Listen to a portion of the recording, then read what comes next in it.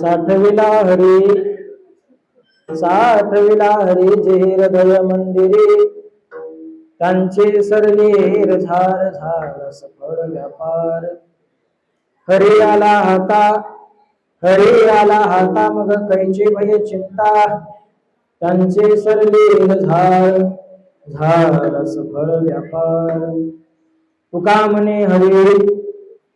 म्हणे हरी काही उडे देऊळे त्यांचे सरले झार झार सफळ व्यापार वगडुंड महाकाय सूर्यकोटी समप्रभ निर्विघ्नं कुर्मदेवं सर्वकार्येषु सर्वदा महायोगपीठे तटे भीमरथ्यं वरं पुंडरीकाय दातो मुनीन्द्रे समागतं तिष्ठं तमानन्दकन्दं परब्रह्मलिंगं भजे पांडुरंगा करू प्रथम नमन पांडुरंगा करू प्रथम नमन दुसरे चरण संतांचे त्यांच्या कृपादाने कथेचा विस्तार बाबाजी सद्गुरु दासमुखा ब्रह्मानंदं परम सुखदं केवलं ज्ञानमूर्ती द्वंद्वातीतं सदृशं तत्त्वमस्यादि लक्षणम् एकं नित्यं विमलमचलं सर्वदे साक्षिभूतं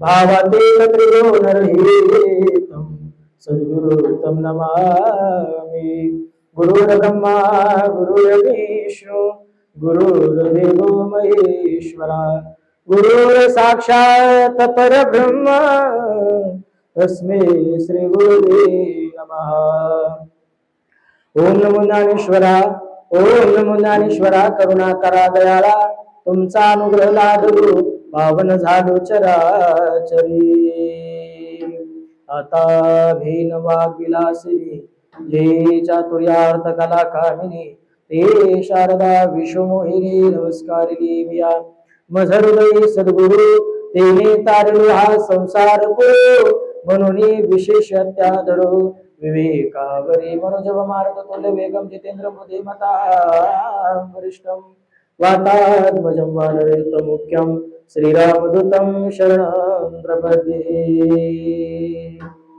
जयांचे केलिया स्मरण होय सकल विद्वांचे अधिकरण तेच वंदन श्रीचरण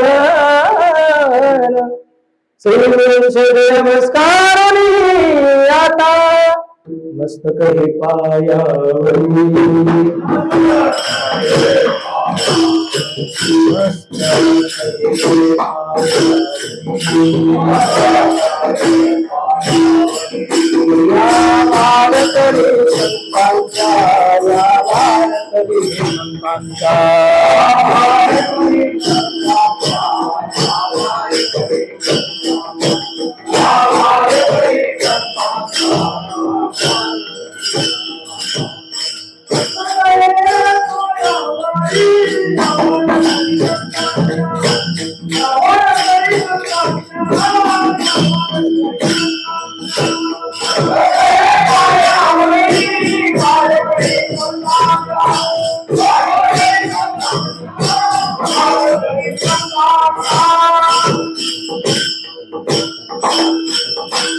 मस्तक हे पायावरी या वारकरी संतांच्या साठविला हरी जे हृदय मंदिरी त्यांचे सरलेर झार झाल सफळ व्यापार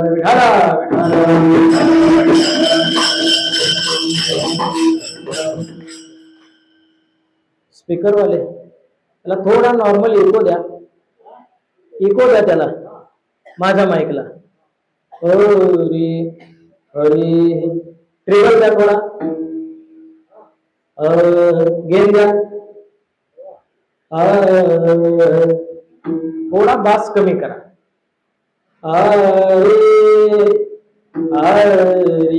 थोडा आवाज देता आला तर आवाज द्या विठाला विठाला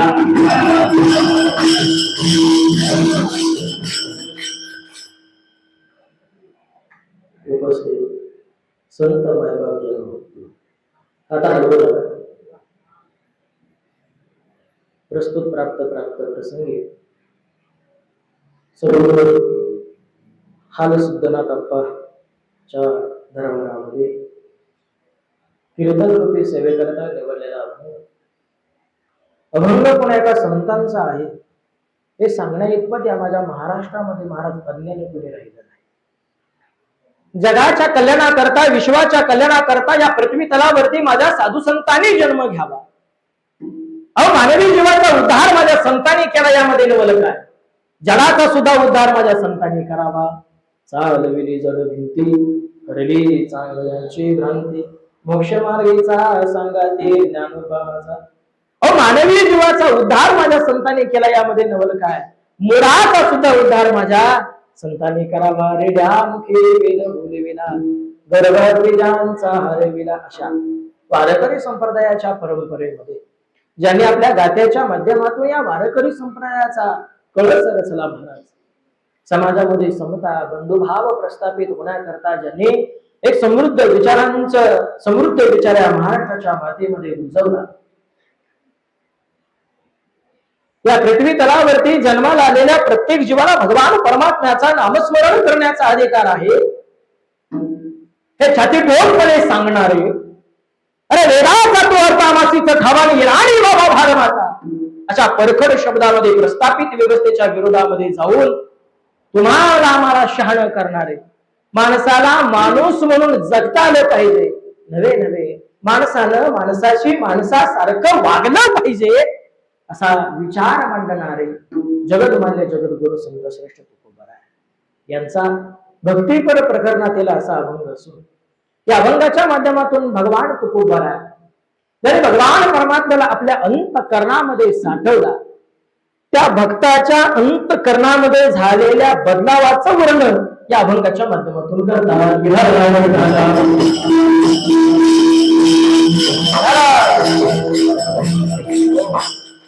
तुकोबाराय म्हणतात, ज्यांनी भगवान परमात्म्याला आपल्या अंतःकरणामध्ये साठवला ना बाबा, कुठे साठवला? हृदय मंदिरामध्ये ज्यांनी साठवला, त्या भक्ताचे त्यानं केलेला जो परमार्थ रूपी व्यापार होय, तो परमार्थ रूपी व्यापार पूर्णत्वात जातो आणि जन्माला येणं आणि जन्माला आल्यानंतर मृत्यू पावणं ही जन्म मरणाचे हेरझार आहे. ती हेरझार त्या भक्ताची संपे. परमार्थ रूपी व्यापार त्या भक्ताचा परिपूर्णत्व अवस्थेला पोहोचतो. काय होतो तो भगवान परमात्मा, पांडुरंग परमात्मा आपल्या अंतःकरणामध्ये साठवल्यानंतर म्हणजे तुकोबाराय सांगून जातात काय होतं. अरे त्या अंतःकरणामध्ये भगवान परमात्म्याचा वास राहिला, भगवान परमात्मा ज्यांचा अंकित झाला, त्या भक्ताला कसल्याच प्रकारची काळजी करण्याचं कारण उरत नाही, कारण त्याची काळजी ही भगवान परमात्म्याला राहते. परिणाम काय?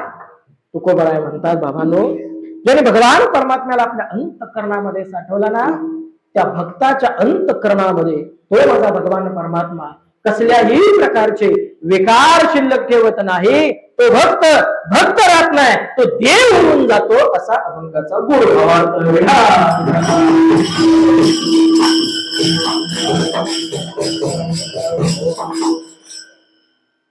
अभंगाचा भावार्थ आपल्या पुढे मांडलेला आहे.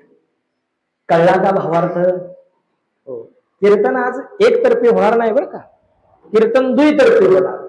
मी बोलायचं, तुम्ही ऐकायचं, जाताना झाडून जायचं. बुवा एवढ्या लांब आला, तुझं तुला लखलाम असं नाही. हो, आजचं कीर्तन बाबा विशेषत्वानं आपल्याला जाणीव निर्माण करून देणारं कीर्तन आहे. किती वर्ष झालं आज या दरबारामध्ये आपण नामयज्ञ सोहळा साजरा करतोय? किती वर्ष झाले? किती वर्ष? अनेक वर्ष.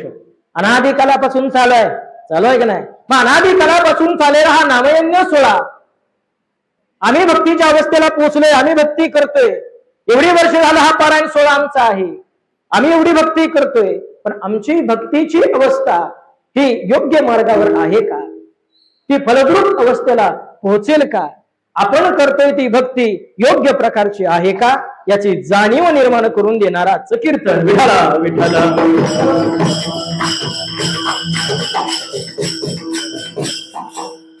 अभंगाला सुरुवात करण्यापूर्वी थोडासा परिहार देणं क्रमप्राप्त आहे.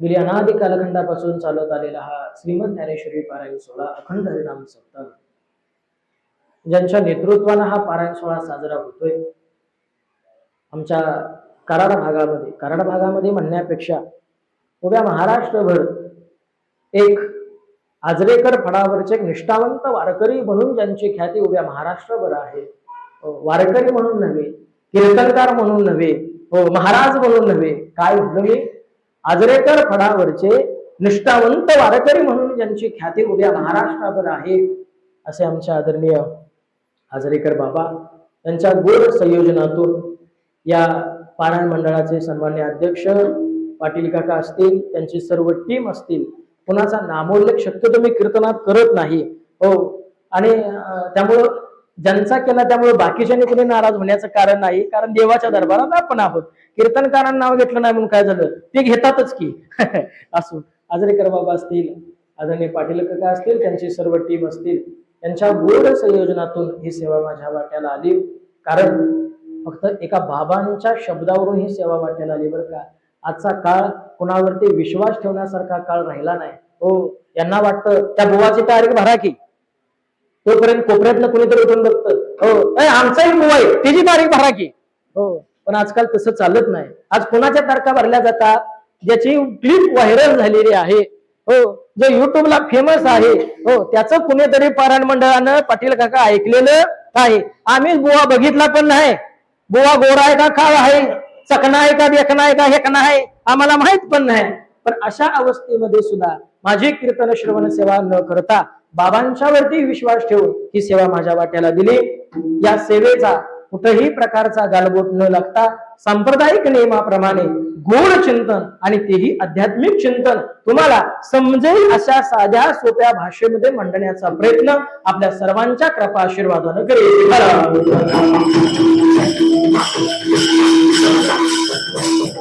यांच्यामुळे आज मी या नारदांच्या गादीवरती उभा राहिलो. ज्यांनी माझ्या घरामध्ये वारकरी संप्रदायाचं बीजारोपण केलं ते वैकुंठवासी बालब्रह्मचारी संभाजी यांचं या निमित्तानं मी स्मरण करतो. माझे गुरुवर्य प्रातस्मरणीय वैकुंठवासी हरिभक्ती परायण बाबूराव महाराज वेरुडेकर यांचं या निमित्तानं मी स्मरण करतो. माझ्या आईचं या निमित्तानं मी स्मरण करतो. आपल्या सर्वांचं या निमित्तानं दर्शन घेतो आणि सेवेला सुरुवात करतो. विठ्ठल विठ्ठल.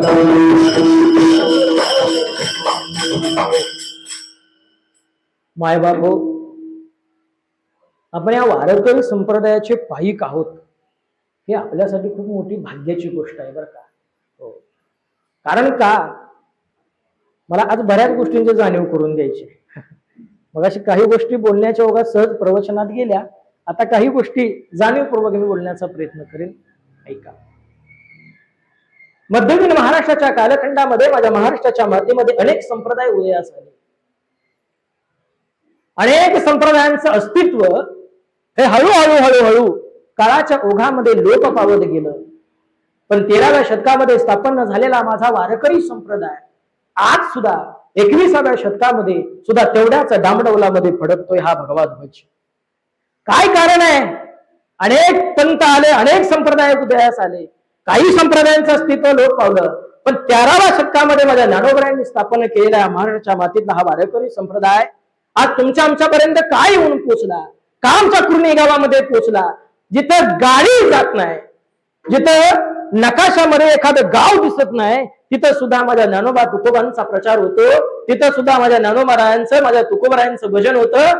काय ताकद होती, काय वारकरी संप्रदायाचं मर्म होतं की 13व्या शतकामध्ये सुरू झालेला माझा वारकरी संप्रदाय आज 21व्या शतकामध्ये तेव्हा त्या वारकरी संप्रदायाचा भगवा ध्वज एवढ्याच मोठ्या डावडौलामध्ये फडकतोय. आणि याचं सगळं कारण जर आम्ही शोधलं, त्याचं मर्म जर आम्ही शोधलं, तर मर्म आम्हाला सापडतं, त्याचं वर्म आम्हाला सापडतं. काय सापडतं? यारे यारे लहान थोर याते भलते यारे नर. कुणी या, श्रीमंतांनी या, गरिबाने या, उच्च कुळातील या, कनिष्ठ कुळातील या, स्त्रियांनी या, पुरुषांनी या, कुणीही या आणि स्वतःच्या आयुष्याचा उद्धार करून घ्या. बाबांनो, ज्या कलावधीमध्ये माझ्या भगवंताची भक्ती करण्याचा अधिकार इथल्या समाज व्यवस्थेला नव्हता, समाजामध्ये जातीयता होती, समाजामध्ये विषमता होती, समाजामध्ये अस्पृश्यता होती. अरे माणसाला स्पर्श झाला तरी विटाळ समजला जात होता. देवाची भक्ती करण्याचा अधिकार या कलियुगामध्ये येत नव्हता. आणि त्यावेळेला छाती ठोकून माझ्या तुकोबरायांनी त्यावेळेचा प्रस्तावित समाज व्यवस्थेला सांगावं, सकळासे ते आहे अधिकार, सकळासे ते आहे अधिकार, हरी उद्धार हरीचा नामे.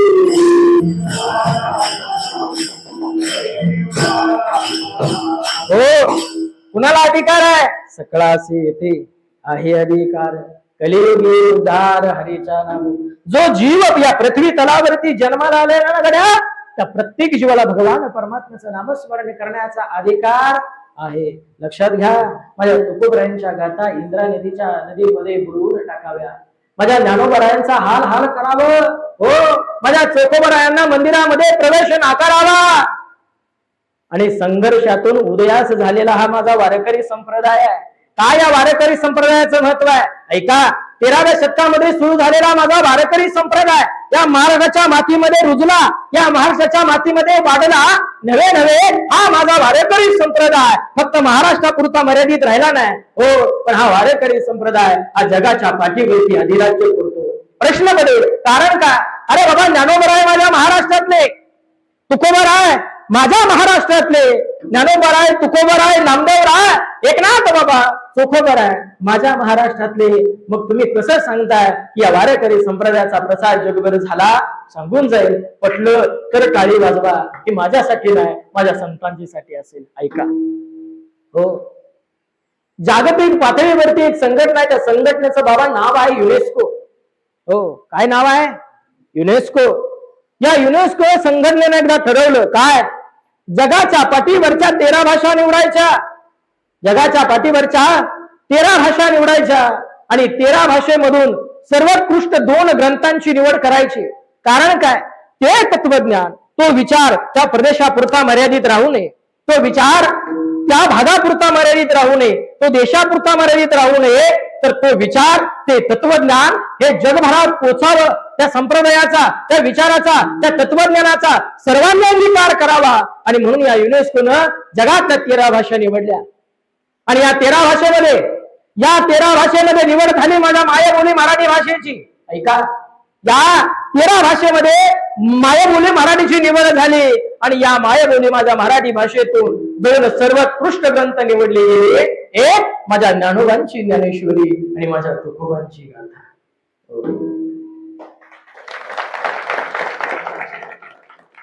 ही वारकरी संप्रदायाची ताकद आहे. हो, टाळ्या वाजवायला लाजू नका. टाळ्या वाजवण्याचं कारण आहे, लागून या पाया विनवितो तुम्हाला, करे टाळी बोला मुखी नाम. कशा करता? कारण संतांनी मांडलेल्या विचारांना फक्त आध्यात्मिक आधार नाही, अध्यात्म पाठीमाग विज्ञानाची कास आहे, त्याला लक्षात घ्या. म्हणून लागून या पाया विनवितो तुम्हाला, करे टाळी. नुसतं मुखानं म्हणा नव्हे, हातानं टाळी आणि मुखानं ना म्हणा. ज्या ज्या वेळेला भगवंताचं नामस्मरण होईल त्या वेळेला हाताला टाळी, मुखानं भगवान परमात्म्याचं नामस्मरण करा. एका 13व्या शतकामध्ये सुरू झालेला माझा वारकरी संप्रदाय आज 21व्या शतकामध्ये सुद्धा येऊन पोहोचला. हो, ऐका, त्याचं कारण आम्ही बघितलं की बाबा कुणीही यावं आणि आपल्या स्वतःच्या आयुष्याचा उद्धार करून घ्यावा. हो, ऐका, काय उद्धार करून घ्यावा? उद्धार करून घेत असताना या माझ्या वारकरी संप्रदायामध्ये महाराज भेदच नाही. काय नाही? भेद नाही. कसला भेद नाही? वेदा वेद भ्रम अमंगल. आणि म्हणून पंढरीच्या लोका नाही हवे मान, पाया पडते जना एकमेका. ही वारकरी संप्रदायाचं तत्वज्ञान आहे. हा वारकरी संप्रदाय संघर्षातून उभा राहिलेला संप्रदाय. आणि म्हणून आज वारकरी संप्रदाय आज तुमच्या आमच्यापर्यंत येऊन पोहोचला. आणि या वारकरी संप्रदायाच्या आपण पायी झालो. या वारकरी संप्रदायाचं म्हणजे ज्ञानोबा तुकोबरांचा गजर आज हरसिद्धनाथांच्या दरबारामध्ये होतोय. त्याहून आपलं मोठं भाग्य आहे. विठाला विठाला. हो, आणि या माझ्या वारकरी संप्रदायातील साधू संत मंडळींनी सांगितलं, देवा बाबांनो, देवाची भक्ती करताय ना, फक्त भक्ती करू नका, त्या भगवान परमात्म्याला आपल्या अंतःकरणामध्ये साठवा. आपल्या अंतःकरणामध्ये साठवा. हो, ऐका, सांगणारे संत होते, सांगणारे कीर्तनकार नव्हते, सांगणारे महाराज मंडळी नव्हती. कोण होतं? सांगणारे संत होते. हो ऐका, आणि संत असल्यामुळं त्यांनी आपणाला जो अधिकारवाणीने जो उपदेश केला, तो उपदेश जर आपण आपल्या आयुष्यामध्ये आपल्या अंगीकारला तर आपल्या जीवनाचं कल्याण झाल्याशिवाय राहणार नाही. चला, तो भगवान परमात्मा आपल्या अंतःकरणामध्ये संतांनी साठवला. हो, अभंगाचा जर विचार केला, हो अभंगाच्या बाहेर मी जाणार नाही, अभंगाचा जर विचार केला तर तुकोबराय म्हणतात बाबा, साठविला हरी जिही हृदय मंदिरी. तो भगवान परमात्मा साठवला, अंतःकरणामध्ये साठवला, पण कुणी साठवला हे सांगितलेलं नाही. ते कुणी साठवला ते आपल्याला शोधायचं आहे. बरं, तो साठवत असताना त्यासाठी काहीतरी सायास करावे लागत असतील. साठवलं म्हणजे काय लगेच साठवलं का? नाही, आलो आपण प्रार्थना केली, आपा या माझ्या अंतःकरणामध्ये विराजमान व्हा, असं झालं का? नाही ना. हो, घरातल्या आपल्याला कुणीतरी एखाद्यानं सांगावं, हो आज वाढदिवस आहे, केक आणा, कापा, आणला केक कापला, असं आहे का ते? नाही ना. काय करावं लागेल? काय करावं लागेल? त्यासाठी संघर्ष करावा लागेल, त्यासाठी तपश्चर्या करावी लागेल, त्यासाठी साधना करावी लागेल. माय माऊल्यानो, तुम्हाला समजेल अशा भाषेमध्ये कीर्तन करणार आहे. हो, तुमच्या डोक्यावरून जाईल आणि रातचा बुवा काय म्हणून गेला आणि काय इरळून गेला मला कळलं नाही, असं कीर्तन होणार नाही. तुम्ही आम्ही खेळी मेळी अशा अवस्थेमध्ये आपण कीर्तन करायचं आहे. कुणाचा पाय लचकला, बसून बसून कुणाला मुंग्या आल्या, जरा लांब करा, शेजारणीला लाभ घालू नका. हो, त्यामुळं माझ्या कीर्तनामध्ये नियम नाहीत. काही कीर्तनकार मंडळी कीर्तनामध्ये नियम सांगतात, माझ्या कीर्तनामध्ये अजिबात कुठला नियम नाही. फक्त बसताना कान माझ्याकडे करा, डोळे माझ्याकडे करा आणि निवांत बसा, काही हरकत नाही. विठाला विठाला. हो ऐका, भगवान परमात्मा साठवला या अवस्थेपर्यंत आपल्याला पोहोचायचं आहे. जसं एखाद्या गणिताचे प्राध्यापक, एखादे गणिताचे शिक्षक गणित फळ्यावरती सोडवत असताना लहान लेकरांना सूत्रांच्या आधारे ते गणित सोडवतात. आपल्याला आज गणित सोडवायचं आहे. काय सोडवायचं आहे? गणित सोडवायचं आहे. कशाचं? उत्तर आपला आहे साठविला. उत्तर काय आहे? साठविला. मग या साठवायच्या अगोदर काय पायऱ्या आहेत, काय आपल्याला सूत्र मांडावं लागेल, मग त्यावेळेला साठविला उत्तर आपल्याला मिळेल, याचं चिंतन कीर्तनामध्ये करायचं आहे. हो, खूप अध्यात्मात शिरणार नाही, खूप तत्वज्ञानामध्ये शिरणार नाही, तुमच्या व्यवहारिक भाषेमध्ये काही गोष्टी मांडण्याचा प्रयत्न करेल. माझा पहिला प्रश्न आहे, लक्षात घ्या, तुमच्यापैकी शाकाहारी मंडळी किती येतो? शाकाहारी सगळी शाकाहारी, सगळी शाकाहारी दिदे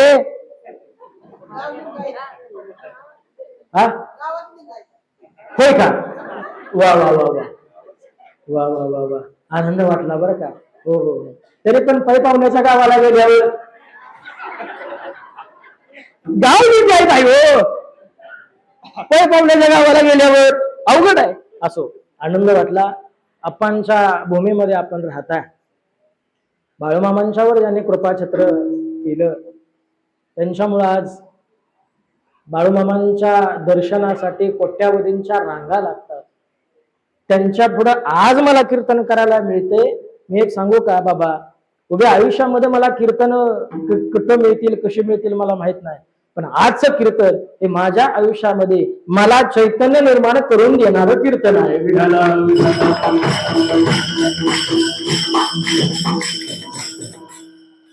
आणि त्यात गोष्ट अशी आहे, थोडं बसलं इथं सूर्य आणि काजवा लागलाय चमकायला. हो, कारण एका विद्वान व्यक्तीच्या पुढं, कारण ज्यांच्या पुढं कीर्तन करत असताना सुद्धा अनेकांना घाम फुटतो, अशा आमच्या आजरेकर बाबांच्या पुढं आज कीर्तन करायला मिळते. हो, पण मी घाबरत नाही. का सांगतो ऐका, मी त्यांचा नातोय. बाळा म्हणल्याशिवाय मला ते बोलवत आजोबांच्या पुढं काय द्यायचंय, काय चुकलं तरी काय ठोका नाही. असो, आज बाबांच्या पुढे सेवा करायला संधी मिळते. ऐका, आपल्याला छानसं कीर्तन करायचं, छानसं चिंतन मांडायचं आहे. तुम्हाला पटेल अशा भाषेमध्ये मला कीर्तन करायचं आहे. उपलब्ध वेळेमध्ये अभंगाचा मला भावार्थ आपल्या पुढे मांडायचा आहे. का साठविला अवस्थेपर्यंत आपल्याला पोहोचायचं आहे. मग साठविला ही क्रिया जर आपण लक्षात घेतली तर साठविला ही क्रिया अगोदरची का नंतरची हो? असंच कीर्तन चालेल आपलं. हो, मी आहे मास्तर. पोराला विचारल्यानंतर त्यानं उत्तर सांगितलं तर बरं. नाही, मोठ्या पोरांना शिकवायला मारत नाही कुणाला. ती मोठी आहे, ती बारक्याने मारलेलं चालतं. ती प्राध्यापकाच्या अंगावर याच. हो, अशी अवस्था आहे. असो, ऐका, तुम्हाला काही प्रश्न विचारेल त्याचे फक्त उत्तर देत चला. आपण सर्वजण शेतकरी मंडळी आहात म्हणून सांगतो. शेतकरी आहात ना? हा, ऐका. साठवणं ही क्रिया अगोदरची का नंतरची?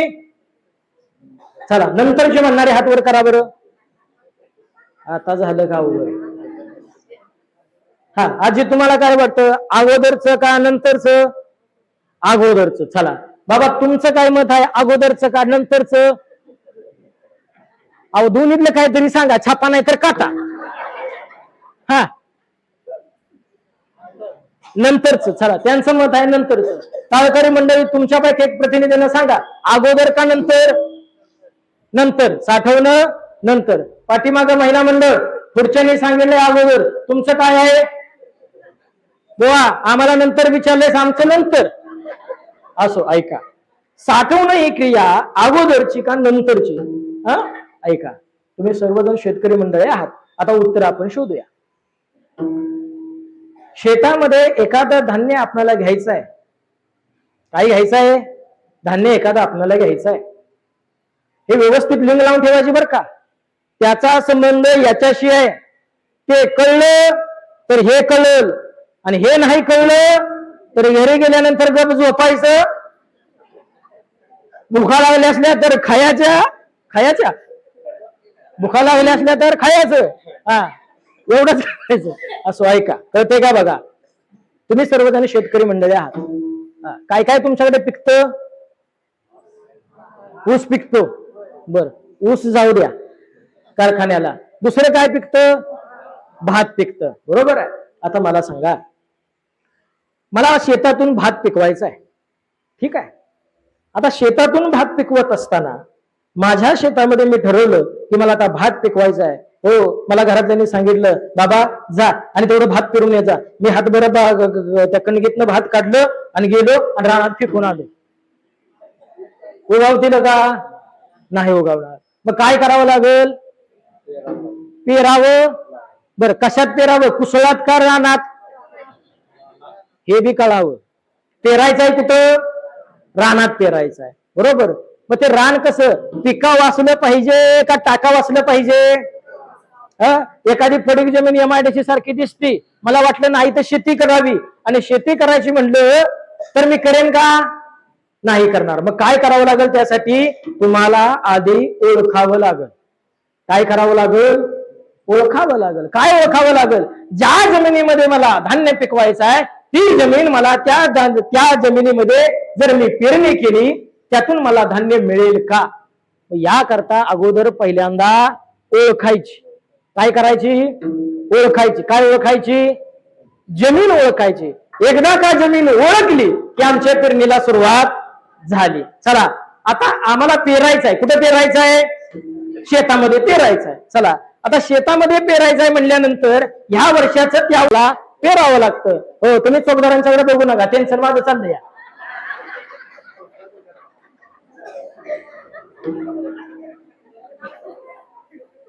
तुमच्यापैकी सगळ्यात मोठे साथीदार आमचे हे असतात.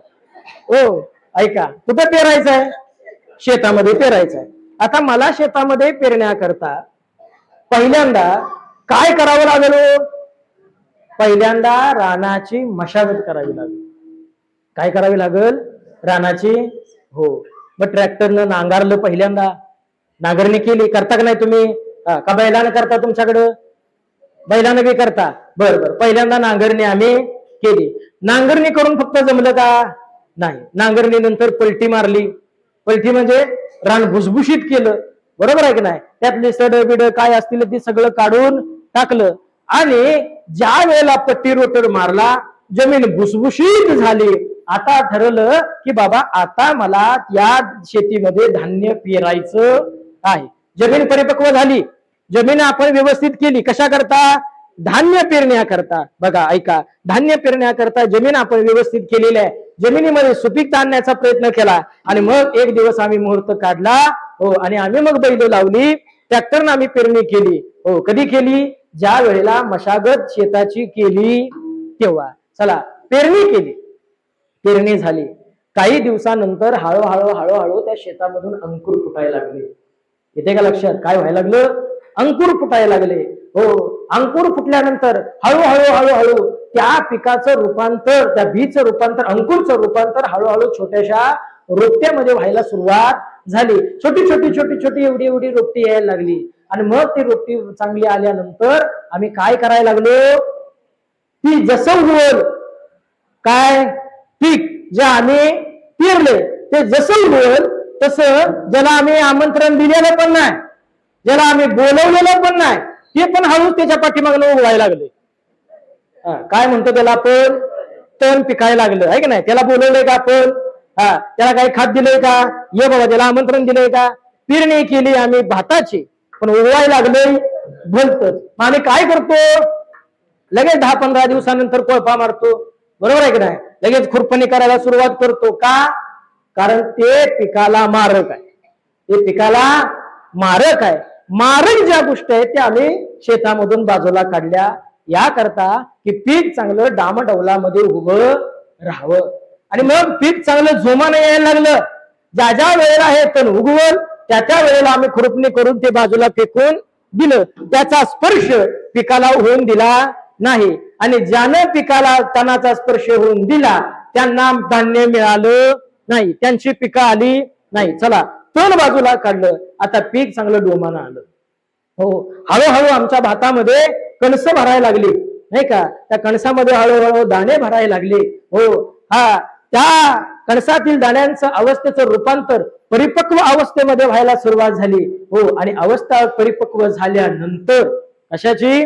त्या कणसातील दाण्यांची अवस्था परिपक्व झाल्यानंतर एक दिवस चांगलं वाळल्यानंतर अशा उन्हाच्या भरामध्ये आम्ही भात काढायला सुरुवात केली. भात काय केलं?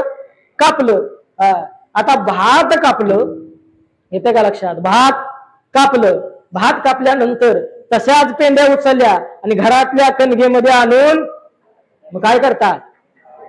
काय करायचं? मळणी करायची. चला महिला मंडळ बरोबर लागले ना लिंक? शेजारच्या मावशीला दिवसायचं, झोपू द्यायचं नाही. अहो एका कीर्तनामध्ये अशीच एक बिचारी मावशी खुशाल डुलक्या मारत होती. नुसती डुलकी नव्ह, शेजारणीच्या अंगावर. ते मला दिसलं. मला काय 1000 माणसं असली काय 2000 असली काय ते लगेच कळून येते, कारण मी वर आहे नाही का? मला कळतं या हो. आणि मग त्यावेळेला मी इथनच म्हणलं, आजे आजे कसं कसं होतंय? आजीनं डोळं बी उघडलं नाहीत, तिला कळलं या आपणालाच म्हणतं या. आणि तिथनच कुशाला आज्या डोलक्या देत म्हणती, कसं कसं नाही, आपोआप करायचं नाही, आपोआप कुणाच्या अंगावर डुलक्या देत बसायचं नाही. चला धान्य आता आपल्याला काय करायचं आहे? मळायचं आहे. धान्य मळलं, मळल्यानंतर पुढं काय करावं लागेल? काय करायचं? वाळवायचं. वाळवायच्या अगोदर त्याला पाखडायचं, वाऱ्याला लावायचं. लावता का नाही वाऱ्याला? वाऱ्याला लावल्यानंतर फोलपाटा सकट असणाऱ्या ज्याच्या जीवच नाही ते द्यायचं फेकून, आणि ज्याच्या जीव आहे ते मात्र ठेवायचं. चला वाळ्याला वाळवायला लावलं नाही का? वाळवान घातलं. वाळवान घातल्यानंतर काय करायचं? चला आता बोला. वाळवान घातल्यानंतर काय करायचं? आता गोळा करायचं आणि शेजारच्याला म्हणायचं या पोती घेऊन जा येऊन. मग काय करायचं? आता उचलायचं. चांगलं परिपक्व अवस्थेला पोचलं, चांगलं वाळलं की उचलायचं आणि कणगीमध्ये नेऊन ठेवायचं. याचाच अर्थ ते साठवायचं. काय करायचं? ते साठवायचं. मग आता महिला मंडळ साठवायचं अगोदर का नंतर? अगोदर का नंतर? अगोदर.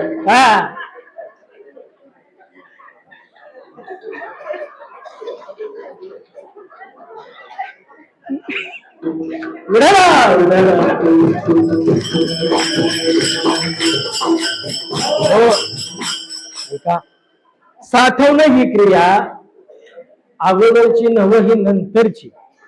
साठवणं कधी क्रिया ही नंतरची. हो, आता आमच्या टोपलीमध्ये धान्य आम्ही साठवलं आणि आम्ही त्याचा आस्वाद घ्यायला लागलो. महिला मंडळ, आपण सर्वजण शेतकरी आहात. शेतकरी आहात म्हणून हा मुद्दा मी आपल्या पुढे मांडला. एक सोपं उदाहरण आपल्या पुढे मांडलं. मला सांगा, भात जर आम्हाला खायचा म्हणला तर भातासाठी एवढा सगळा आटापिटा आम्हाला जवळजवळ 4-5 महिने करावा लागतो. आम्हाला आमचं शेत चांगलं आहे का बघावं लागल. आम्हाला त्या शेताची मशागत करावी लागल. योग्य वेळेला पीक आल्यानंतर त्यातलं तण बाजूला काढावं लागल. हो, चांगलं पीक भरलं की मग ते काढावं लागल, मळणी करावी लागल, वाळवावं लागल आणि मग आमच्या कणकीमध्ये भरावं लागल. हा सगळा व्याप आहे. मग मला सांगा, जर का धान्य साठवण्याकरता व्याप आहे, मग तो भगवान परमात्मा साठवण्याकरता का 1-2 दिवसाची गोष्ट आहे का? आहे का 1-2 दिवसाची गोष्ट?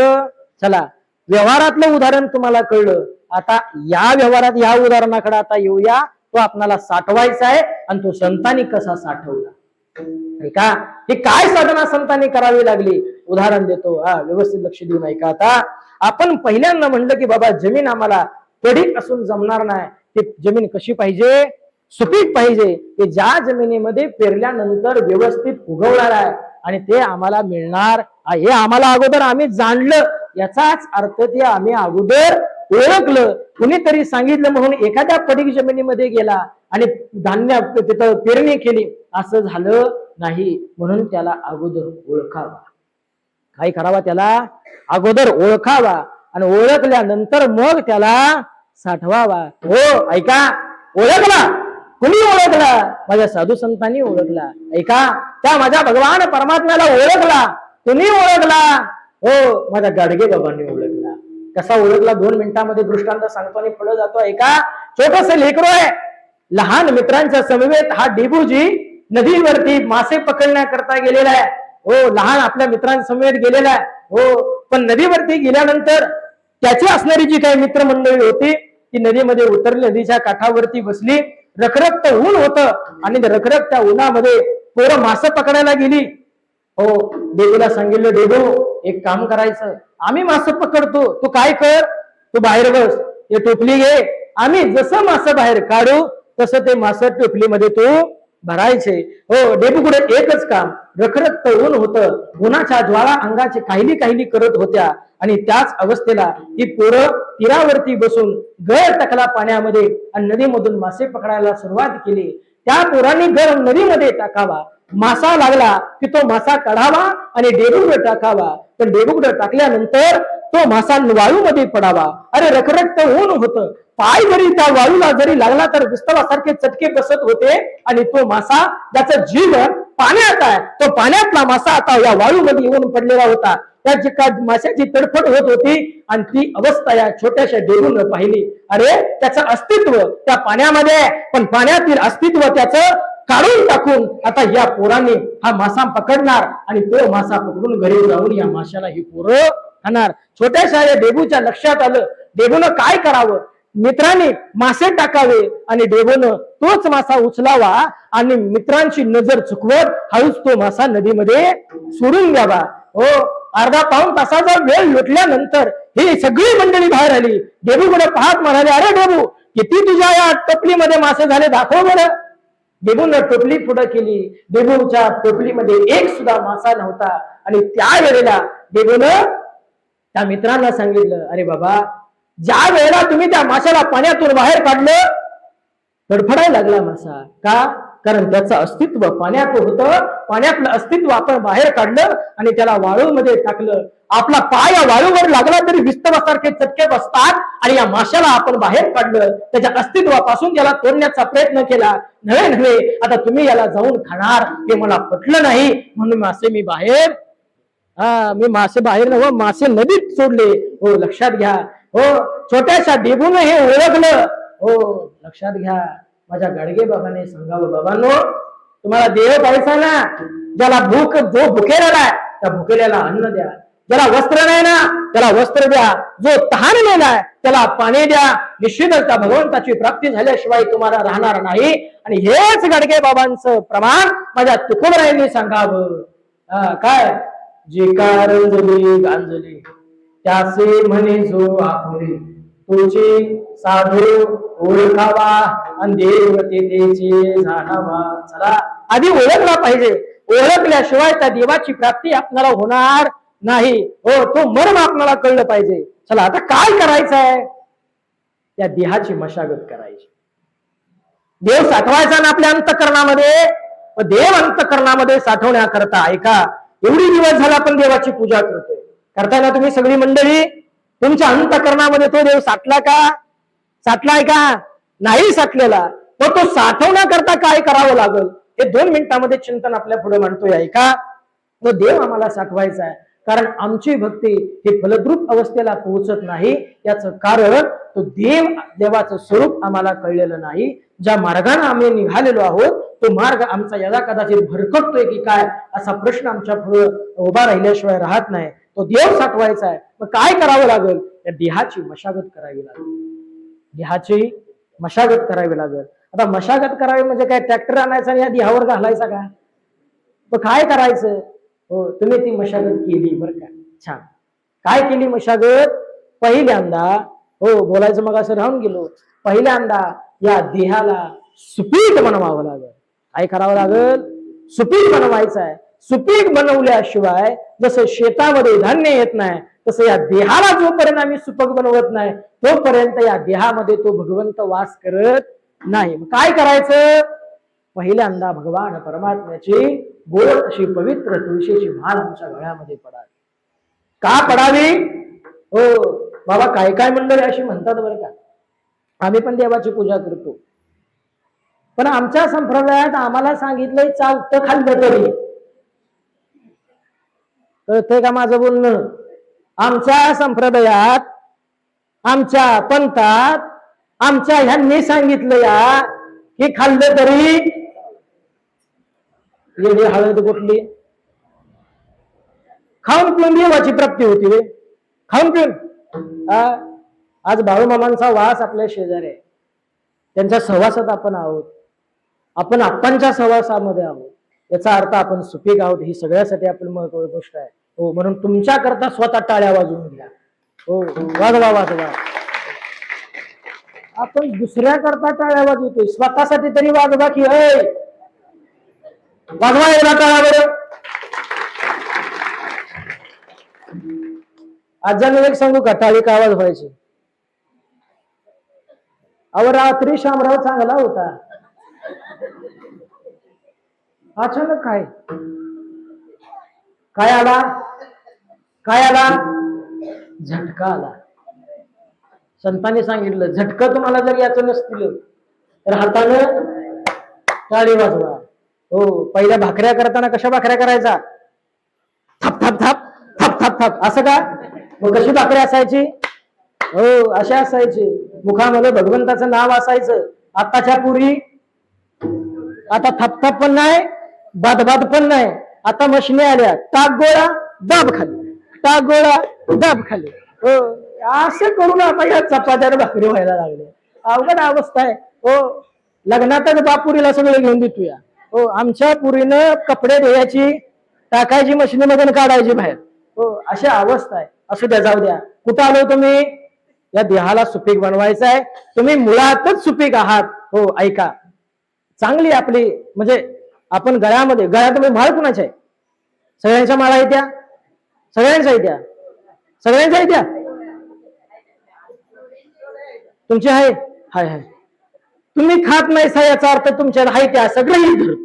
हा, ऐका, गळ्यामध्ये पवित्र तुळशीची माळ घातली, कारण पवित्र तुळशीची माळ ज्या वेळेला गळ्यामध्ये पडते त्यावेळेला आपसुक या देहाची नांगरणी होते, पटीरोटर मारला जातो, सगळंच होतं. कारण का? कारण मर्यादा येतात. हो, काय मर्यादा येतात?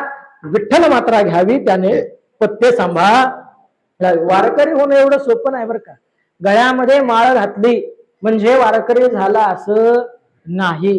हो, ऐका, गळ्यामध्ये माळ आल्यानंतर आपण हरिपाठ करावा, नामस्मरण करावं. एक सांगू का, तुम्ही कीर्तनकार झाला, तुम्ही प्रवचनकार झाला, तुम्ही टाळकरी झाला, तुम्ही विनेकरी झाला, तुम्ही मृदंगाचार्य झाला, हो तुम्ही एखादा चांगली पेटी वाजवणारा झाला, तुम्ही चांगले भजन सम्राट झाला, गायन आचार्य झाला, पण आपल्या अंतःकरणामध्ये जर नामस्मरण नसेल तर आजपर्यंतचा परमार्थ शून्य.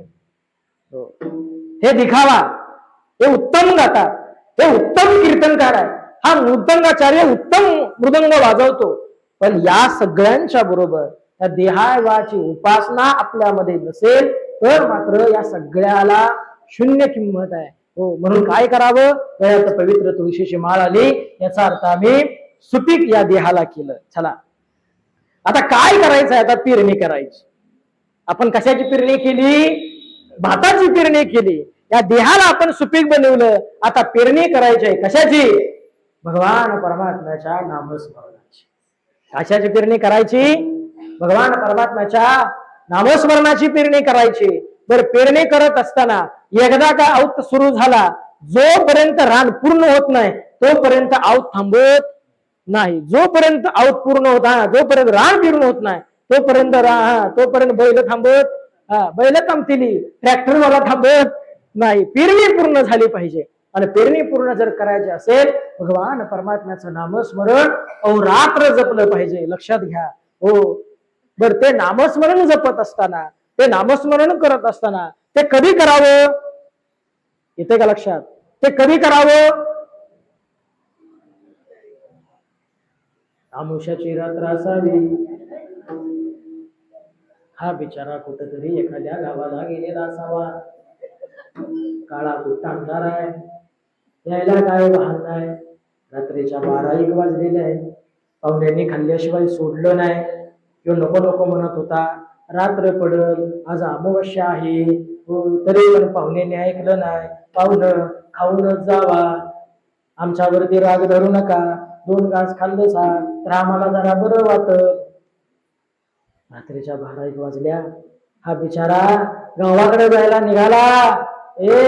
कुठलंही सोबत वाहन नाही, येणा जाणारे आता कोणच नाही, आता मी एकटाच या अंधकाळ्या गुप्त अंधारातून आता घराकडे निघालोय. आणि घराकडे अंधाराकडे निघावा, काळा गुप्त अंधार आहे. हो, काही किलोमीटर वरती गाव राहिलेला आहे, पण गावाच्या वेशीच्या बाहेर स्मशानभूमी आहे. जशी स्मशानभूमीचा पत्रा दिसला तसा तसा तसा तसा तसा याच्या डोक्यामध्ये प्रकाश संपू लागला. मग हातून नामस्मरण सुरू झालं. राम राम राम राम राम राम. माझ्याकडे काय बघताय, स्मशानभूमी पार होईपर्यंत होतार वेळ झालं. जशी स्मशानभूमी पार झाली, गावाची वेश ओलंडली, गावामध्ये आला. राम राम घे. राम राम असं गावं का, आवडीनं गावं का सवडीनं गावावं, आवडीनं भावे हरिनाम घेसे.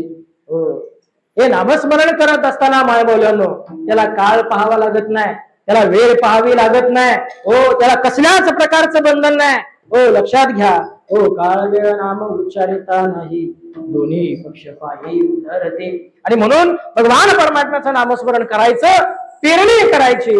पेरणी झाली, आता पेरणी करत असताना ऐका, आम्ही नामस्मरणाची पेरणी केली का, हो, हे सगळं करायचं आहे. बुवानं सांगितलं, जाताना आपण असं नाही करायचं बरं का. आज सगळं जे सूत्र सांगतोय हे गणित आज आपण सोडवतोय, याचा आपण विचार करायचा. आपण त्या अवस्थेपर्यंत पोहोचतोय का, हे सर्वांनी त्याचं जाणीव निर्माण करायची आणि त्या अवस्थेपर्यंत पोहोचायचा प्रयत्न करायचा. मायमौलाना ऐका.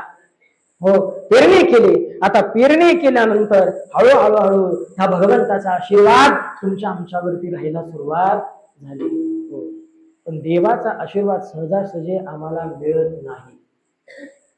देवाचा कृपाशीर्वाद सहजासहजी आम्हाला मिळत नाही. त्यासाठी अखंड खडतर तपश्चर्या करावी लागते.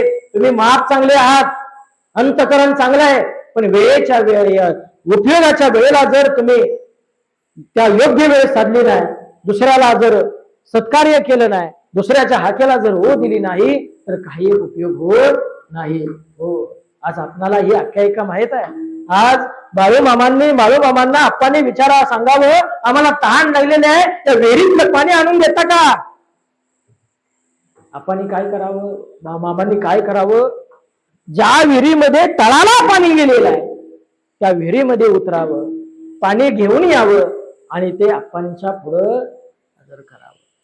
आज त्याच आप्पांच्या कृपा आशीर्वादानं, आज त्याच आप्पांच्या मुळात मामा नावाची सिद्धी प्राप्त झाली आणि तुमच्या आमच्या सगळ्यांचं कल्याण झालं. ही पुण्याई मामांची आणि हा आशीर्वाद आप्पांचा.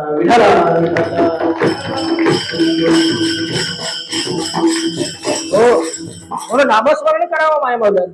हो, सकाळी उठल्यानंतर रात्री झोपेपर्यंत आमच्या मुखामध्ये नाम असलं पाहिजे. दुसऱ्याच्या शेतामध्ये भांगलाय गेल्यानंतर, आमच्या शेतामध्ये भांगलाय गेल्यानंतर हिच्या घरातली मापन तिच्या घरातली मापन, तुझी सून काय करती आणि माझी सासू अशी करती. हो, दिवस यांचा यात जातो. अहो, त्यांना घड्याळ बघायची गरज लागत नाही, त्यांचा दिवस कसा जातो कळत नाही. पण त्याच वेळेला भगवंताचं नामस्मरण केलं तर तुमचं काम, तो भगवान परमात्मा सुद्धा तुमच्या कामाला हात लावल्याशिवाय राहत नाही. एवढी ताकद या नामस्मरणाची आहे. चला, पेरणी केली नामस्मरणाची. जसं जसं आम्ही नामस्मरण करू तसं एक नव चैतन्य आमच्यामध्ये या पिकाच्या रूपानं, जसं पीक जोमानं वाढणार आहे तसं हे चैतन्य आमच्या शरीरामध्ये वाढणार आहे. देवाचा कृपाशीर्वाद आमच्यावरती राहणार आहे. पण हे सगळं करत असताना लक्षात घ्या, हे सगळं करत असताना जसं पीक उभं जोमानं यायला सुरुवात होतं, पण जसं जसं जसं अंकुर फुटून जसं ते हळूहळू वृक्ष रोपट्यामध्ये रूपांतर होतं, त्याच वेळेला त्या पिकाच्या जोडीला जसं तण वाढतं तसं आमच्या या देहामध्ये विविध प्रकारचे विकार जोडले जातात. काय जोडले जातात? विकार जोडले जातात. तामसी वृत्ती आमची यदा कदाचित होते आणि त्यामुळं ज्या वेळेला हे आम्ही जोपर्यंत विकार आमचे ज्या वेळेला शरीरामध्ये असतात, जर लगेच आज पूजेला बसला आणि लगेच आमची वाचा पवित्र झाली असं आहे का? नाही ना. ती कधी पवित्र होईल? आमची वाचा पवित्र असली पाहिजे, आमचं वागणं पवित्र असलं पाहिजे, आमचं बोलणं चांगलं असलं पाहिजे, आमचा व्यवहार चांगला असला पाहिजे. हो, आमचं कर्म चांगलं असलं पाहिजे. आणि हे सगळं करत असताना आमच्या मनामध्ये जे वाईट विचार आहेत, ते वाईट विचार हे नामस्मरण करत असताना आम्हाला सारखे दिवसत राहणार आहेत. नामस्मरण करायला राहिलं ना, जसं मगाशी प्रवचनामध्ये सांगून गेलो, हो, आत तू दूध तापत ठेवलेलं असतं, बिचारा नवरा देवपूजा करत बसलेला असतो, बायकोनं सांगितलेलं असतं घरामध्ये कुत्रं शिरेल, घरात जर कुत्रं शिरलं तर यदा कदाचित घरातलं काहीतरी वाटोळ केल्याशिवाय राहणार नाही. नवरा बिचारा इथं देवपूजेला बसलाय, नवऱ्याच्या मुखामध्ये नामस्मरण चालू आहे, पण तेवढ्यात नेमकं दारामध्ये कुत्रं आलं. आता कुत्र्याला बाहेर हाकलायचं आहे, हाकलावं तर नामस्मरण चालू आहे, हाड पण म्हणता येईना, त्यांना हातात घातांब्या घेतला देवाचा आणि तोच कुत्र्याच्या अंगावर. हो, असं करून जमणार नाही का? कारण तो आमचा विकार आहे. हे सगळं करत असताना हे विकार आमच्याशी जोडले जाणार आहेत. हो, ते तुम्हाला सहजासहजी वर येऊ देणार नाहीत. संतत्व प्राप्त होणं ही साधी सोपी गोष्ट नाही. माय मौलानो, नामस्मरण करून फक्त संतत्व प्राप्त होत नाही. लक्षात येते का? बघा, संतत्व कधी प्राप्त होतं? अंतःकरणामध्ये नवचैतन्य निर्माण होईल, देवाचा कृपाशीर्वाद तुमच्यावर राहील, देवाचं प्रत्यक्ष स्वरूपामध्ये सगुण साक्षात्कार तुम्हाला होईल. पण हे सगळं करत असताना समाजाच्या अवहेलना सुद्धा तुम्हाला सहन कराव्या लागतील. त्यावेळेला तुम्ही संत पदापर्यंत पोहोचाल. हो, माझ्या नानोबरायांचा जर विचार केला, 21 वर्षापर्यंत या लहान लेकरांना या समाजाने जगू दिलं नाही. तुकोबरायांना, अरे तू शूद्र आहे, माझ्या तुकोबरायांना शूद्र म्हणून या समाज व्यवस्थेने हिनवलं. तुम्हाला अभंग, तुम्हाला कवित्व करण्याचा अधिकार नाही. माझ्या तुकोबरायांना मंदिरात सुद्धा येऊ दिलं नाही. हो, हे सगळे हाल अपेष्टा सहन कराव्या लागणार आहेत. आणि या हाल अपेष्टातून मग तुम्ही बरे सहन जेव्हा कराल, बघा, संतत्व एवढं प्राप्त होणं सोपं नाही. देवाची प्राप्ती होईल, पण संतत्व प्राप्त होणं सोपं नाही. मग काय? हे सगळं हाल अपेष्टा समाजाच्या सहन कराव्या लागतील आणि मग तुम्हाला ते संतत्व प्राप्त होईल. माय मौलानो, विकार बाजूला केली, तण बाजूला केलं, मग ते पीक चांगलं डोमानं फुलणार आहे. हो, आणि मग त्यामध्ये कणीस भरायला सुरुवात होणार आहे. आणि एकदा का हे नवचैतन्यानं हा देह पवित्र झाला, काय म्हणलं मी, एकदा का या देहामध्ये भगवान परमात्म्याचा आशीर्वाद लागला, देवाची आमच्यावर कृपा झाली, या देहामध्ये नवचैतन्य निर्माण झालं की मग तो भगवान परमात्मा या देहामध्ये, या हृदय मंदिरामध्ये विराजमान होतो. काय होतो? हृदय मंदिरामध्ये विराजमान होतो. मग त्यासाठी काय करावं लागेल? या देहाची मशागत, या देहामध्ये पेरणी, आणि पेरणी केल्यानंतर हे जे विकार आहेत ते विकार सगळे आम्हाला बाजूला काढून टाकावे लागतील, आणि मग हे पीक चांगलं डोमानं फुलेल. आणि एकदा का भगवान परमात्माचं कृपाक्षेत्र आमच्यावर राहिलं की तो भगवान परमात्मा आमच्या अंतःकरणामध्ये साठवता येतो. कुठं साठवता येतो? तो हृदय मंदिरामध्ये साठवता येतो. कुठं साठवता येतो? हृदय मंदिरामध्ये साठवता येतो. ऐका, आपल्याकडे वेळ कमी आहे, जसं जमेल तसं मी प्रमाण देत जाईल. हो, ऐका, काय करता येतो? भगवान परमात्मा हृदय मंदिरामध्ये साठवता येतो. माय मौल्यानं तो भगवान परमात्मा साठवता येतो. तुकोबर आहे, तुम्ही साठवलं का भगवान परमात्म्याला तुमच्या हृदय मंदिरामध्ये? तुम्ही म्हणता ना आम्ही भगवान परमात्म्याला साठवला, तो भगवान परमात्मा साठवता येतो. मग साठवता येतो तर मग तुम्ही साठवला का? तुकोबर आहे, छाती ठोकपणे सांगतात, तुका म्हणे आम्हा प्रेमावने ते काही, पंढरीचा राणा साठविला हृदय. आपण अलौकिक दृष्टिकोनातून जेव्हा वारकरी संप्रदायाचं तत्वज्ञान पाहतो त्यावेळेला ज्यांनी अलौकिक दृष्टिकोनातून भगवान परमात्म्याला आपल्या अंतःकरणामध्ये साठवला असे संत शिरोमणी सावता महाराज, की ज्या सावता महाराजांनी सुद्धा भगवान परमात्म्याला आपल्या अंतःकरणामध्ये साठवला. विठ्ठल विठ्ठल.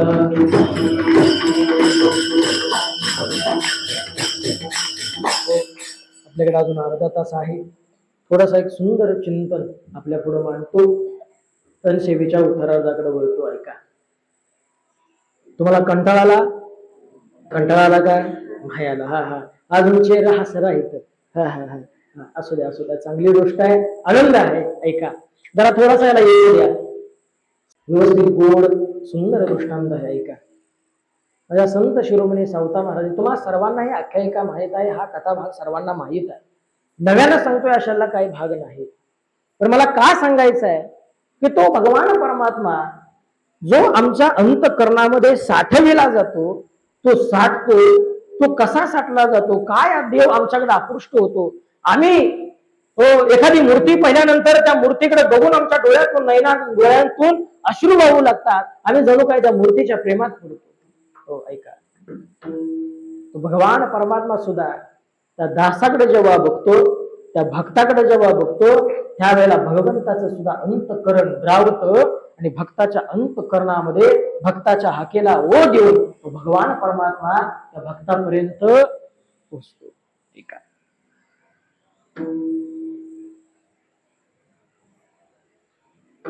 श्री क्षेत्र पैठण संतांची मांदी आणि संतांची भूमी म्हणून ज्या क्षेत्राला ओळखलं जातं तसंच श्री क्षेत्र पैठण. त्या पैठणमध्ये एक भक्त होता,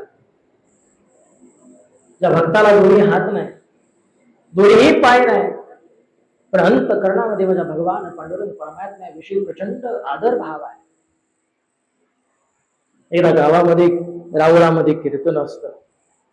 त्या भक्ताला कळतं गड्या आज रावळामध्ये कीर्तन आहे, कीर्तनाला गेलं पाहिजे आपण.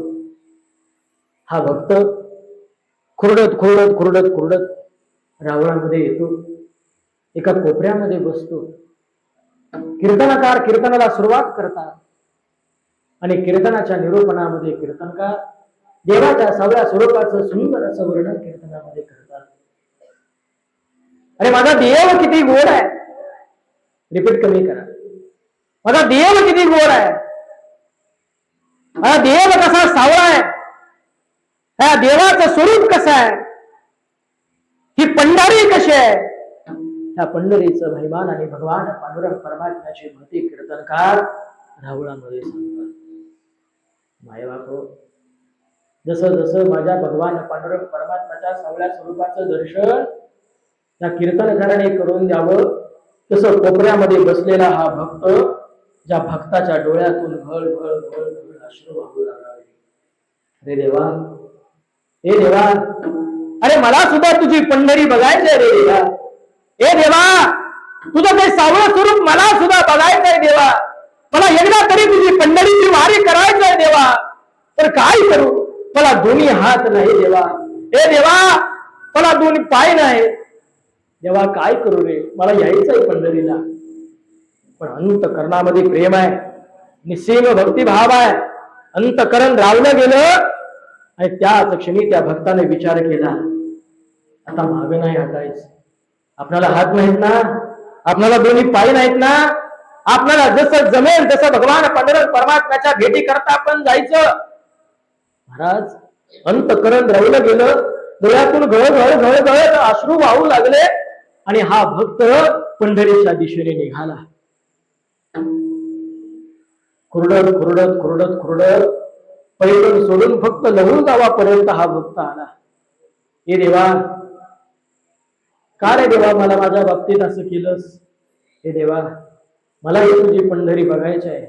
हे देवा, अरे मला पण तुझं दर्शन घ्यायचंय, पण काय करू देवा, नाही मी तुझ्यापर्यंत पोहोचू शकत. काही दिवसामध्ये एकादशी असते. भगवान पांडुरंग परमात्म्याच्या भेटी करता अनेक वारकरी मंडळी दिंड्या घेऊन पंढरपूरच्या दिशेने निघालेले. हा भक्त खुरडत पंढरीच्या दिशेने निघालेला आहे. वारकऱ्यांनी मुखामध्ये भगवान परमात्म्याचं नामस्मरण सुरू केलं. भगवान परमात्म्याच्या नामस्मरणाचा जयघोष करत ही वारकरी मंडळी पंढरपूरच्या दिशेने निघालेले आहेत. आणि या भक्ताच्या जवळ आल्यानंतर ही सगळी दिंडी तिथं थांबली आणि या भक्ताचे विचारपूस करायला सुरुवात केली. बाबा कोण आपण?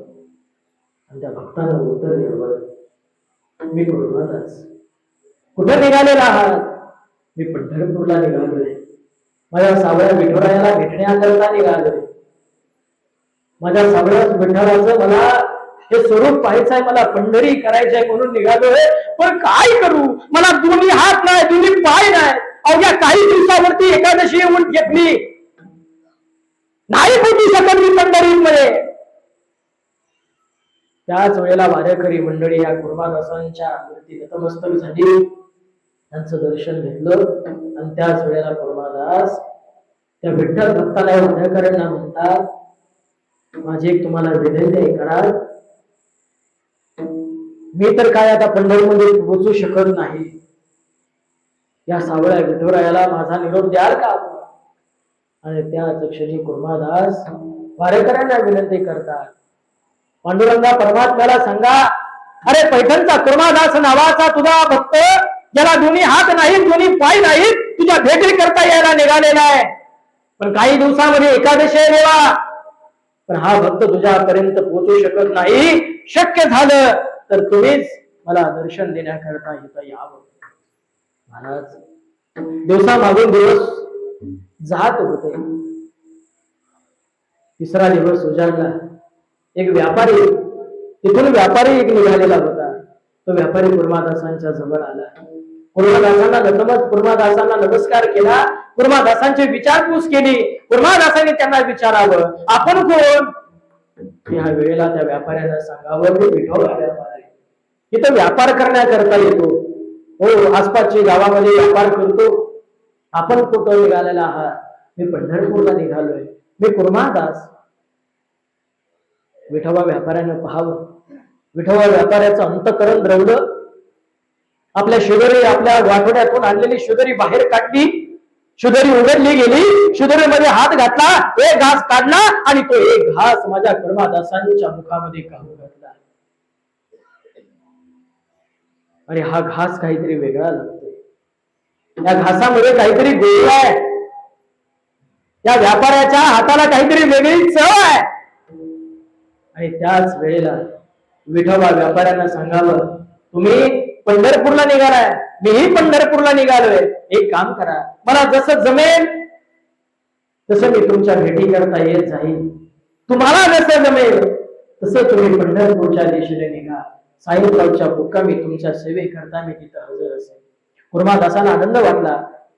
अंगामध्ये 10-30 बळ आल्यासारखं वाटलं. आपल्या सोबतीला कुणीतरी येते, आपल्या सोबतीला कुणीतरी भेटलं. अंतकरणामध्ये प्रचंड भावना जागृत झाल्या. अंतकरण द्रवलं गेलं. आणि महाराज हा कुर्मादास नावाचा भक्त कुरडत कुरडत कुरडत कुरडत पंढरपूरच्या दिशेने निघालेला आहे.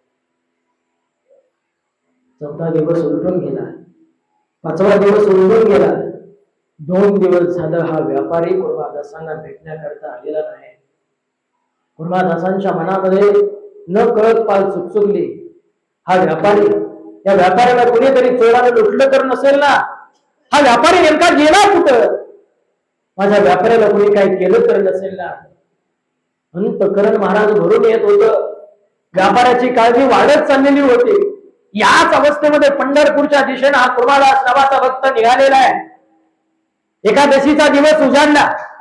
ही वारकरी मंडळी जी कुर्मादासांना भेटून पंढरपूरमध्ये दाखल झालेली होती, ही वारकरी मंडळी चंद्रभागेच्या काठावरती आली. चंद्रभागेमध्ये स्नान झालं. भगवान परमात्म्याचं नामस्मरण सुरू झालं आणि भगवान परमात्म्याच्या नामस्मरण करत करत करत ही वारकरी मंडळी स्नान अडकून भगवान परमात्म्याच्या दर्शनाकरता राहुलामध्ये आलेले आहेत. आणि त्याच वेळेला राहुलामध्ये माझ्या नामदेवरायांचं कीर्तन सुरू होतं. कीर्तन श्रवणाकरता संत ज्ञानोबा समोर बसलेले आहेत. ही वारकरी मंडळी त्या रावळामध्ये आली. भगवंताच्या पायावरती नतमस्तक झाली. देवाकडे पाहिलं आणि त्यांच्या लक्षात आलं कुर्मादासांचा निरोप. त्याच वेळेला वारकरी मंडळीने भगवंताकडे सांगावं, भगवंताला निरोप द्यावा. देवा, अरे कुर्मादास नावाचा भक्त तुझ्या भेटीला येण्याकरता निघालेला आहे. त्याला दोन्ही हात नाहीत, दोन्ही पाय नाहीत, पण अंतःकरण तुझ्या भेटी करता आसुसलेला आहे. देवा, त्यांचा निरोप आम्ही घेऊन आलो. शक्य झालं तर तुम्ही त्या कुर्मादासांना भेटण्याकरता जावं. देवाच्या लक्षात आलं, मी माझ्या कुर्मादासाला विसरून गेलो. एकच दिवस मी कुर्मादासांना भेटलो, नंतर मी भेटलो नाही. आणि त्याच क्षणी मूर्तीतील चैतन्य नाहीच झालं. महाराज, देव साठवता येतो. कसा साठवता येतो ऐका. मूर्तीतलं चैतन्य नाहीच झालं. माझ्या नामदेवरायांचं कीर्तन रावळामध्ये रंगात आलेलं आहे. संत ज्ञानोबाराय समोर बसलेले आहेत आणि नामदेव महाराजांचं कीर्तन रंगात आले आणि त्याच वेळेला मूर्तीतलं चैतन्य नाहीच झालं. नामदेवरायांची नजर मूर्तीकडे गेली, मूर्तीतलं चैतन्य नाहीच झालं. जीव कासावीस झाला. आणि आई विना लेकराची ताटातूर झाल्यानंतर आईची व्याकुळता जी होते, आईची धडपड जी होते, लेकराची धडपड होते, तशी नामदेवरायांची झाली. अरे माझा देव गेला कुठं? माझा देव गेला कुठं? हंबरला फोडला. मूर्तीतलं चैतन्य नाहीच झालं. राहुलामध्ये एकच हाकार उडाला. माझ्या ज्ञानोबरायांनी मूर्तीकडे नजर टाकली आणि ज्ञानोबरायांच्या लक्षात आलं, गड्या, की मूर्तीतलं चैतन्य नेमकं गेलं कुठं? त्याच वेळेला ज्ञानोबराय नामदेव महाराज या चैतन्याच्या शोधामध्ये निघालेले आहेत. हे चैतन्य गेलं कुठं? हे चैतन्य गेलं कुठं? आणि माझा भगवान पांडुरंग परमात्मा गेला होता. त्याच वेळेला माझ्या भगवान परमात्म्याला एक अधिकार सिद्ध करून द्यायचा होता. जेवढा अधिकार माझ्या ज्ञानोबरायांचा आहे, जेवढा अधिकार माझ्या नामदेवरायांचा आहे, जेवढा अधिकार माझ्या नामयाचा आहे, जेवढा अधिकार माझ्या ज्ञानोबरायांचा आहे, तेवढाच अधिकार माझ्या संत सावता महाराजांचा आहे. तोही अधिकार भगवान परमात्म्याला दाखवून द्यायचा होता. हो, लक्षात घ्या. आणि मग सावता महाराजांच्या भेटी करता निघालेले भगवान पांडुरंग परमात्मा, कुर्मादासांच्या भेटीला निघालेले भगवान पांडुरंग परमात्मा निघालेले आहेत. पण वाटेत मध्ये एक गाव लागतं आणि त्या गावाचं नाव आहे अरण. धन्य ते अरण, रत्नांची खार, जन्मला निधान सावता तो. सावता महाराजांच्या मळ्यामध्ये आले. सावता महाराज आपल्या कामामध्ये व्यस्त आहे. अहो, त्याने पंढरीची वारी केली नाही, पण आपल्या कर्मामध्ये, आपल्या कृतीमध्ये भगवान पांडुरंग परमात्म्याचं नामस्मरण केलं. कंदामुळं भाजी अवघी विठाबाई माझी म्हणत, ज्याने कृतीमध्ये, कर्मामध्ये भगवान परमात्म्याला पाहिलं, असे सावता महाराज आपल्या कामामध्ये व्यस्त आहेत. आणि त्याच क्षणी भगवान परमात्मा जवळ आले. सावता महाराजांच्याकडे दृष्टी टाकली, सावता महाराजांच्याकडे पाहिलं. सावता महाराजांची नजर भगवंताकडे गेली. भगवंताचं हे अलौकिक दर्शन माझ्या सावता महाराजांना झालं. भगवंताच्या चरणावरती संत सावता महाराज नतमस्तक झाले. देवा, इकडे येण्याचं काय प्रयोजन? अचानक त्यावेळेला माझ्या सावता महाराज माझ्या भगवंताला सांगावं, अरे सावता, माझ्या पाठीमागे चोर लागलेत, या चोरांच्या पासून मला कुठेतरी लपव. सावता महाराज म्हणले, भगवंता, हे देवा, ही सृष्टी तू निर्माण केलीस, आता तुला मी कुठं लपवायचा? बरं एक काम कर, लपायचं जाय ना, औषधाच्या रोज शेतामध्ये लप, बांबूचा बेटर लप, जिकडे नजर टाकेल तिकडे आपला माळा आहे, जिकडे लपायचे तिकडे. देवानं सांगितलं नाही, अशी जागा मला नको दाखवूस, अशी जागा मला दाखव जिथं मला कुणी शोधणार नाही. देवाला जे पाहिजे होतं ते देवानं करून घेतलं. आणि मग चौथा महाराजांनी विचार केला नाही. सर्वांना हा कथा भाग माहित आहे, थोडस धावत्या गतीमध्ये घेतो. क्षणाचाही विचार केला नाही. हातामध्ये विळा होता, विळा घेतला, छातीला लावला, टरकन छाती फडली आणि देवाला सांगितलं, देवा या आणि आता या हृदय मंदिरामध्ये विराजमान व्हा, हृदय मंदिरामध्ये विराजमान व्हा. देवानं ऐका, देवानं छोटं स्वरूप धारण केलं आणि भगवान परमात्म्याला विनंती केली. भगवान परमात्म्यानं छोटं स्वरूप धारण केलं, तो भगवान परमात्मा आपल्या हृदय मंदिरामध्ये विराजमान झाला. ऐका, आपला छोटासा पिवळा पितांबर भगवंतानं बाहेर काढून ठेवला. एवढ्यात ही सगळी मंडळी ज्ञानोबराय नामदेव महाराज आले, धापा टाकत टाकत ही सगळी मंडळी आले. हो, आणि मग आल्यानंतर बसले. आणि त्याच वेळेला माझ्या सावता महाराजांना विचारावं, तिथून कोणाला जाताना पाहिलं का? पण सावता महाराजांना समाधी अवस्था प्राप्त झाली. समाधी अवस्थेमध्ये सावता महाराज आहेत. धापा टाकत टाकत टाकत टाकत माझ्या ज्ञानोबरायांची नजर सावता महाराजांच्या हृदयाकडे गेली. रक्त वाहत आहे, पण त्याच वेळेला पिवळा पितांबर बाहेर काढून ठेवला.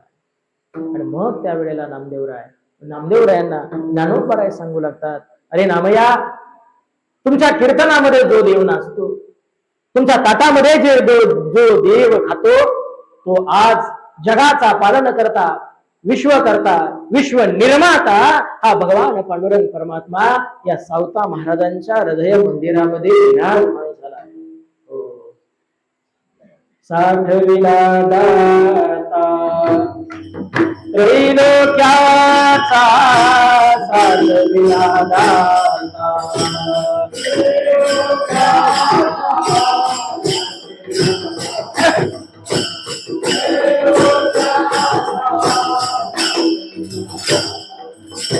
धन्यताची माता, धन्यताचा पिता,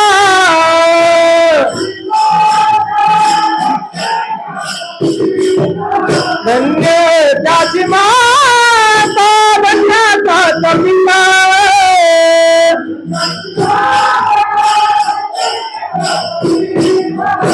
साठविला दाता त्रैलोक्याचा, साठविला दाता.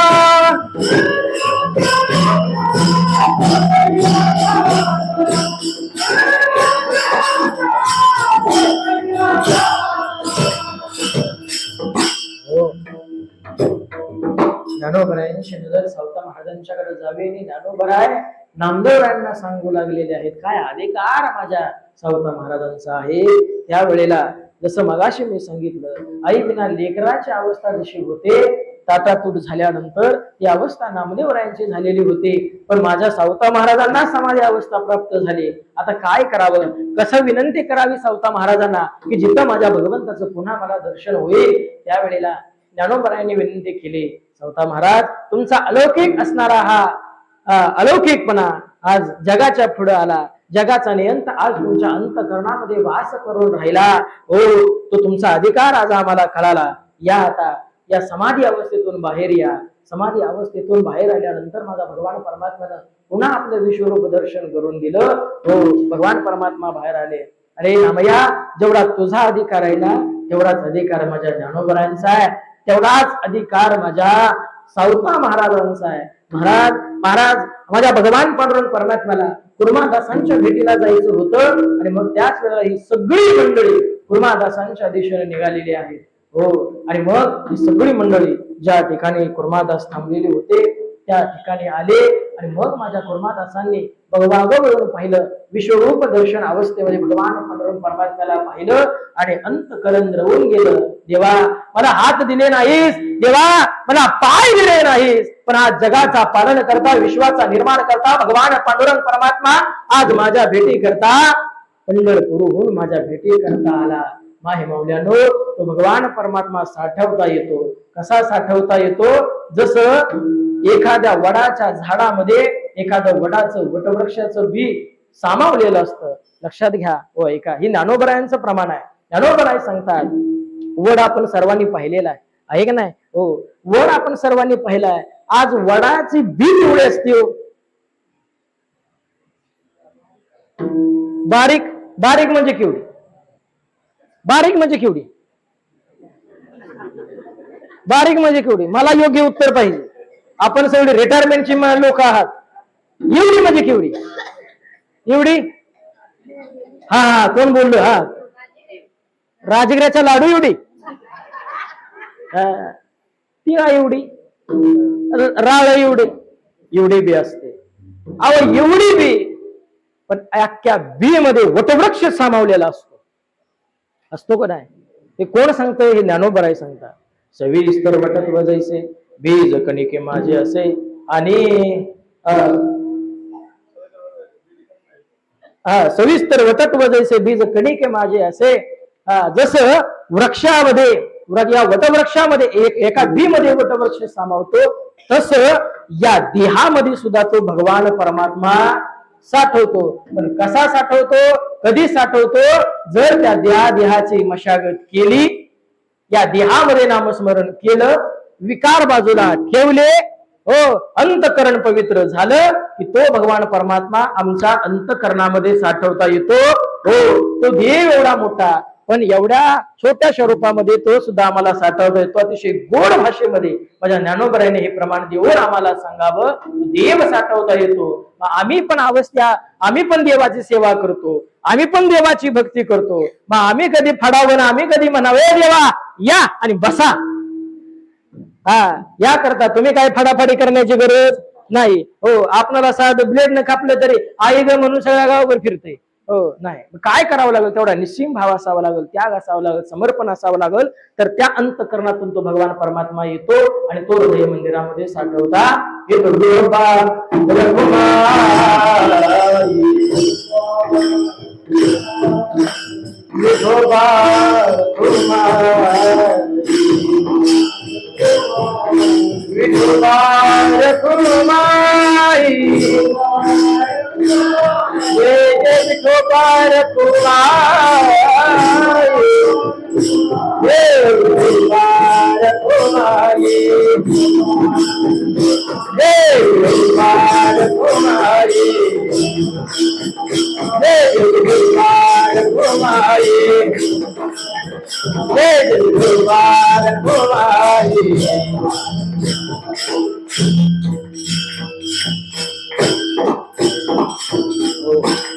मला